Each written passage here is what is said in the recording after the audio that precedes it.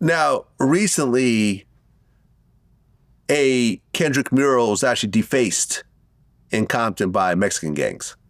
Right. You heard about this? Yeah. But which gang was it? Do you know? T-Flats. Oh, the T-Flats. Yeah. Yeah. I heard about them. They have issues with the blacks now, and they see all the shit that Kendrick Lamar got the West Sides and the Bloods getting together, yada yada. They could be mad at that, but it ain't OG shit.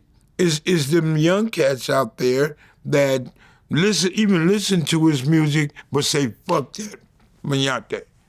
You know what I'm saying? So, whatever reason they got, this ain't the first time. This ain't gonna be the last time. Did you have issues with Mexican gangs growing up? No, when we was growing up, we kicked it with the 7-O's. China Dog had a very good rapport with the 7-O's. The 7-O's was cool. We was cool. Yeah. Yeah, I mean, you're right. It's probably a bunch of youngsters. It is. It is. You know, got high one night and said, yo, we're going to fuck this mural up. And that's the end of that. And, I mean, look, they did Nipsey's, and whomever else is in the neighborhood that they put a mural up and they don't like. Yeah. Well, I just interviewed Brick Baby. The interview's not out yet. But Brick Baby was very close to Shitty Cuz. In fact, Brick's street name is Shitty as well. Right. You know, Eric Holder, a.k.a. Shitty Cuz, lived at his house at one point, saved his life at one point. He doesn't agree with what happened. And Nipsey Hussle was his friend as well. He doesn't support what happened, but we talked about the situation in depth, and he gave me a little bit of an insight as to kind of the whole thing. So, number one, what I didn't know was, and I think Black Sam went into this with his interview with Big Boy, there was a situation a week before Nipsey's death where I guess DJ Khaled came out to film a video, right? You know, on Crenshaw there. And I guess a bunch of dudes rolled up on him and started to press him. And Nipsey was upset over the situation because, like, yo, you got this big artist from Miami coming to my hood, and then these dudes is like sitting there causing problems that makes Nipsey look bad. And there was a certain frustration over a lack of proper security and so forth that Nipsey was dealing with. Now, on Eric Holder's side, there was more to the situation as well. The whole thing about him being accused of being a snitch wasn't true. Right. And he even went into the situation, you know, Brick Baby went into the situation of why it wasn't true and the guy that actually accused him and how it was all bullshit and so forth. But he was essentially having to hear this shit over and over again and having to defend himself. Right. So that day, you kind of had a perfect storm of bad events. Here you have Nipsey frustrated that he can't keep his own area secured.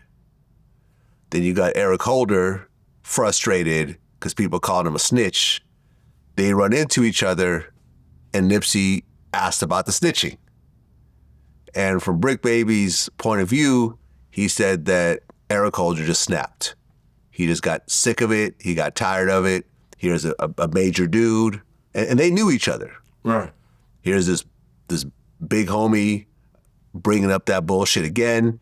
And it was just, he just absolutely snapped.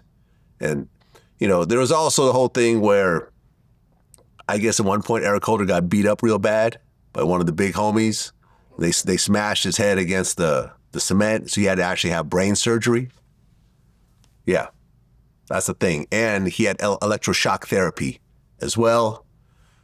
Earlier that day, he had an altercation where I guess he robbed somebody or tried to rob somebody. So it was just a lot of bad things all rolled up into one, which ultimately ended with him snapping. And you can see why. Yeah. You know, a lot of people out here, man, don't know what goes on in the mind of a fucked up individual.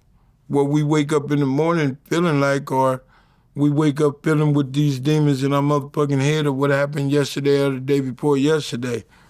Shit that occurred. What if the police see me and they know what the fuck I did? You going through all kind of bullshit. And then when you get the homies and somebody speaking on you like that, it takes everything Yeah. to not snap, to not try to do this, because you know where you're going if you do. Right. So, and people brought this example up.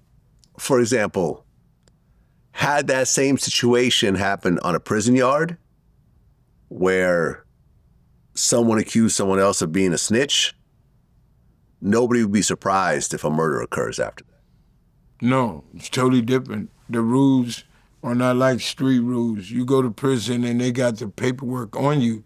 Yeah, they're gonna deal with you. You're supposed to be dealt with. Back when we was growing up, if you was a snitch, you got dealt with. These days, they're not doing that.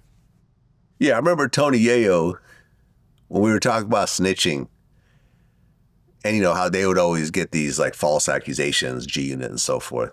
And he said, what you have to realize is that growing up in Queens, him and 50, during this era, snitches would get tied up. They would put peanut butter on their legs and throw them in a basement filled with rats and let the rats basically eat them. They got some big ass rats. Yeah. Or, this was disturbing, they would make a shit sandwich and make a snitch actually eat it. Damn. You ain't never did that goddamn part, but